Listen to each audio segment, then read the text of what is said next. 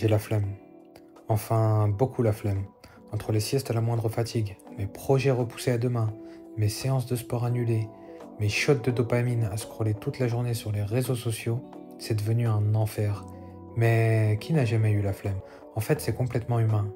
Le cerveau cherche constamment à économiser de l'énergie. Et c'est bien là le problème.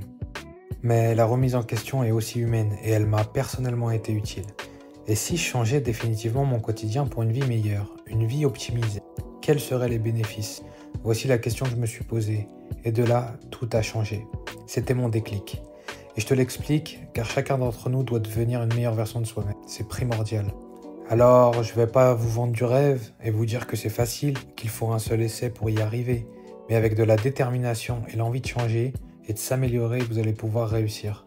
À partir de maintenant, ça sera mon récit, mes conseils et ce qui m'a aidé à lutter contre cette foutue flemme. Et oui, avant d'écrire cette vidéo, j'étais le roi des flemmards, mais j'avais décidé de changer, donc plus pour longtemps. Tu seras une nouvelle personne dans 3 étapes, c'est l'objectif de ma vidéo. Donc ne la quitte pas, regarde-la jusqu'au bout, et si elle t'a plu, tu peux la liker et la partager pour le référencement. Merci d'avance. La première étape est simple, fixons-nous un objectif, peu importe lequel. Être fort en maths, devenir médecin, ouvrir son entreprise, être guitariste, ou même être auteur-interprète. Chaque rêve a un sens pour celui qui le porte. Le mien, aussi banal soit-il, c'était d'être créateur de contenu. Ouais, créateur de contenu, je te mens pas. Pourquoi un objectif? Eh ben, c'est comme si tu traçais un chemin dans le sable. C'est juste pour te repérer et marcher jusqu'au bout du chemin. Ça sera ta première source de motivation. Donc ne perds pas ton objectif de vue. La seconde étape, c'est travailler. Et oui, c'est chiant travailler. Enfin, c'est ce que je croyais. Je t'apprends rien, il faut travailler pour atteindre son objectif. Mais tu verras que c'est pas le plus dur. Mais comment travailler? C'est la question.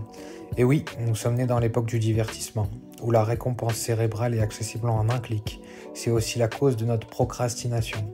Tu vas devoir te fixer des règles pour combattre cette maladie. Et comme tu l'as compris, ton premier ennemi sera la dopamine. Ouais, ce neurotransmetteur responsable du plaisir et de la récompense, on le connaît tous.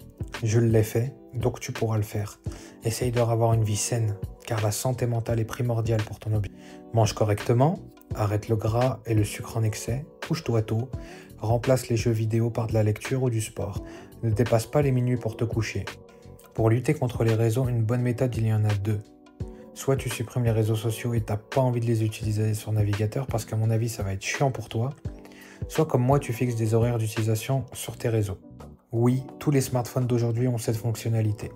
Commence doucement et baisse de jour en jour l'utilisation des réseaux. Il n'y a vraiment rien d'intéressant dedans et toi, tu as ton objectif à atteindre. Lève-toi tôt, ouais, maximum 6h30 du matin. Les bienfaits sont immenses, les gens dormiront et toi tu seras en forme. Tu verras que d'un coup la journée est plus longue et commence à travailler. Tu dois réapprendre à travailler et à habituer ton cerveau. Fais-toi des sessions de 1h à 2h et fais des pauses entre temps. Crée-toi un programme, une organisation dans ton agenda ou ton calendrier. Ça va t'aider, t'auras juste à le suivre.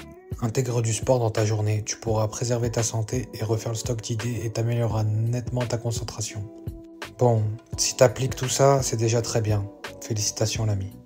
Reste la dernière étape, et pour moi la plus importante, c'est la détermination. Oui, tu peux être motivé à changer, mais si tu abandonnes dès la première semaine, tout cela n'aura servi à rien. Tu dois être motivé et déterminé.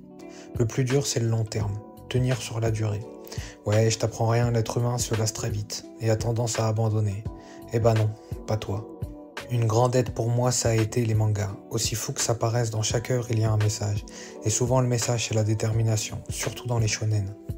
Sers-toi de ça pour rester déterminé dans le temps. Prenons l'exemple de One Piece. Il y a des milliers de chapitres et c'est aussi le long chemin qui a permis à Luffy de devenir aussi fort. Mais entre nous, si Luffy a arrêté le roi des pirates au 100e chapitre, qui aurait aimé l'œuvre? Ben, personne. Les gens aiment One Piece parce que c'est long et encourageant et qu'il ne déroge pas à son objectif fixé depuis le début. Je t'interdis de renoncer, on a tous le droit de devenir des meilleures personnes. Adieu la flemme.